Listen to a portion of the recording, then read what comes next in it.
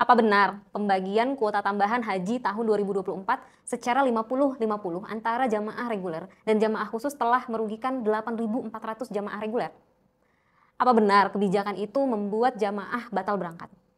Isu ini ramai diperbincangkan. Tapi mari kita bedah dengan data resmi dan logika teknis. Dari tahun ke tahun, selalu aja ada kuota haji reguler yang tidak terpakai. Jumlahnya bisa sampai ratusan. Padahal antrian jamaah itu sangat panjang. Pertanyaannya, kenapa bisa begitu?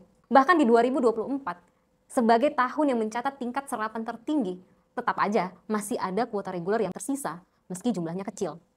Kita lihat data di 8 tahun terakhir. Tahun 2015, kuota yang tersisa ada 744 kuota. 2016, sisanya 759. 2017, sisa 935. 2018, sisa 649 kuota. 2019 sisa 1.268.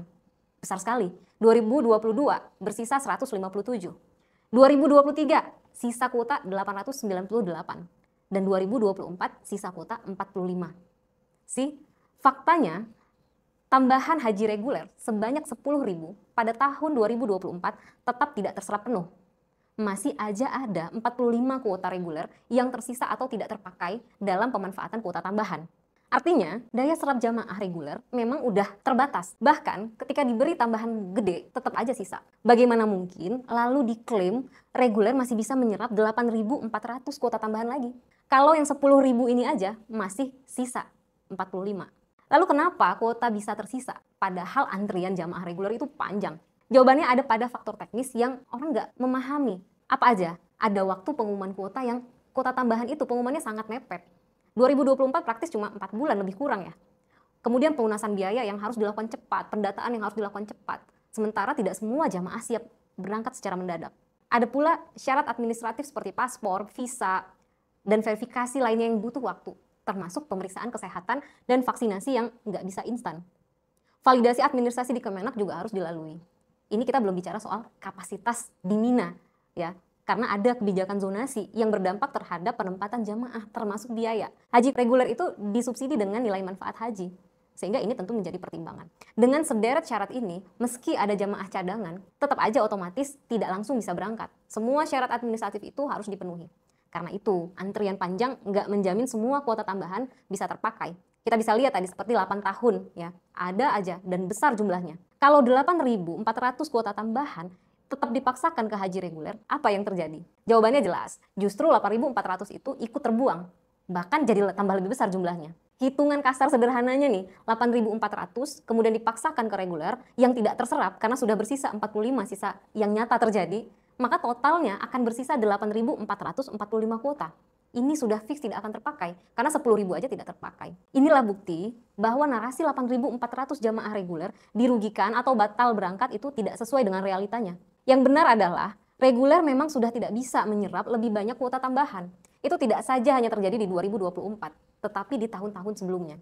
Di tahun 2023, Komisi 8 DPR selalu menegaskan kuota tambahan jangan sampai ada yang terbuang. Bahkan satu kuota pun jangan sampai ada yang terbuang. Mereka selalu bilang kalau tidak bisa diserap oleh haji jamaah reguler maka serahkan kepada haji khusus. Itulah mandat politik yang kuat dari DPR agar tambahan ini benar-benar dipakai oleh jamaah. Jika tidak bisa oleh reguler maka dialihkan kepada haji khusus. Rasanya kalau kuota tambahan haji 2024 yang sebanyak 20.000 itu terbuang, bahkan terbuangnya sampai 10.000, tentu ini akan dipersoalkan lagi oleh DPR. Itu dianggap tidak menjaga trust dari Saudi yang sudah memberikan kuota tambahan sesuai yang diminta oleh Presiden sebanyak 20.000. Ini justru real kerugian hak jamaah kalau terbuang kuota tersebut. Karena menurut Undang-Undang Haji, jamaah haji Indonesia itu bukan hanya haji reguler, tapi juga haji khusus. Prinsip keselamatan jamaah dan perhitungan teknis inilah yang melahirkan skema pembagian 50-50 itu. Bukan sekedar kompromi angka, bukan sekedar jumlah, tapi pilihan teknis terbaik untuk memastikan kuota tambahan tidak terbuang, mubazir, dan jamaah tetap mendapatkan pelayanan yang layak dan terlindungi keselamatannya. Jamaah reguler memang antriannya panjang, puluhan tahun lamanya. Tapi kenapa ya tetap ada kuota tambahan yang terbuang? Itu selalu menjadi persoalan. Jawabannya karena jamaah harus memenuhi banyak syarat dalam waktu yang sangat terbatas. Seperti yang tadi saya sampaikan, melunasi biaya dengan cepat, proses administratif untuk paspor, visa, pemeriksaan kesehatan, validasi dokumen. Tambahan kuota itu muncul last minute sebagai hadiah dari Saudi. Bukan kuota pokok yang bisa dipersiapkan jauh-jauh hari. Itu sebabnya sejak awal nggak bisa disamakan antara kuota pokok dengan kuota tambahan.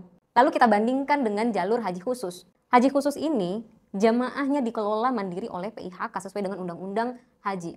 Tidak menggunakan dana nilai manfaat BPKH, di mana kalau haji reguler setiap jamaah itu disubsidi dengan nilai manfaat sebesar 37 juta. Di haji khusus tidak. Di haji khusus jamaah umumnya sudah siap. Mereka lebih fleksibel terkait dengan biaya dan dokumen. Sehingga PIHK sebagai pengelola haji khusus ini lebih leluasa mengamankan seat maskapai, akomodasi, maktab, dan lain sebagainya. Dengan karakteristik ini, jamaah haji khusus memang lebih siap secara finansial dan administratif untuk menyerap kuota tambahan. Ketika waktu keberangkatan ini memang sudah mepet. Itulah kenapa pembagian 50-50 itu adalah keputusan teknis, bukan politis, bisa dipertanggungjawabkan. Tujuannya mencegah kuota terbuang dan memastikan jamaah bisa berangkat. Fakta berikutnya, kuota tambahan haji khusus sebanyak 10.000 pun tidak terserap habis loh. Ada yang tersisa. Masih ada 200 lebih kuota khusus yang tersisa. Kalau benar kuota khusus itu dijual sejak awal, mestinya habis dong, tidak mungkin bersisa. Nyatanya, masih ada ratusan sisa. Artinya, pengisian kuota ini berjalan normal berbasis antrian jamaah yang siap soal harga. Haji khusus memang lebih mahal daripada haji reguler. Itu wajar karena layanan maktab, hotel, catering, transportasi, seluruh fasilitasnya premium. Dan ini sah menurut hukum. Di dalam pasal 68 Undang-Undang 8 tahun 2019 menegaskan bahwa PIHK berhak untuk menetapkan harga layanan sepanjang ada kesepakatan dengan jamaah. Negara nggak bisa masuk soal harga. Negara dalam hal ini Kementerian Agama hanya punya kewenangan memastikan standar minimum pelayanan. Jadi posisi negara itu jelas. Hanya dapat menentukan standar minimum akomodasi, transportasi, bimbingan, pelindungan jamaah, mengawasi, dan menindak kalau ada pengaduan. Jadi sifatnya mengawasi. Sepanjang ada kesepakatan antara jamaah haji khusus dengan PIHK, mereka punya kewenangan. Sehingga apa kesimpulannya? Kuota reguler tambahan 10.000 tahun 2024 itu masih menyisakan 45 kuota. Kuota khusus justru menyisakan 200 lebih. Tanpa skema 50-50, justru ada 8.445 kuota terancam terbuang. Arahan DPR jangan ada kuota tambahan yang mubazir. Sehingga kebijakan 50-50 adalah kebijakan teknis yang sangat realistis, masuk akal, dipertimbangkan sesuai dengan tugas utama Kementerian Agama, memberikan pelayanan dan memastikan perlindungan keselamatan bagi jamaah. Jadi tidak ada jamaah haji sejumlah 8.400 yang gagal berangkat karena kebijakan ini. Terima kasih.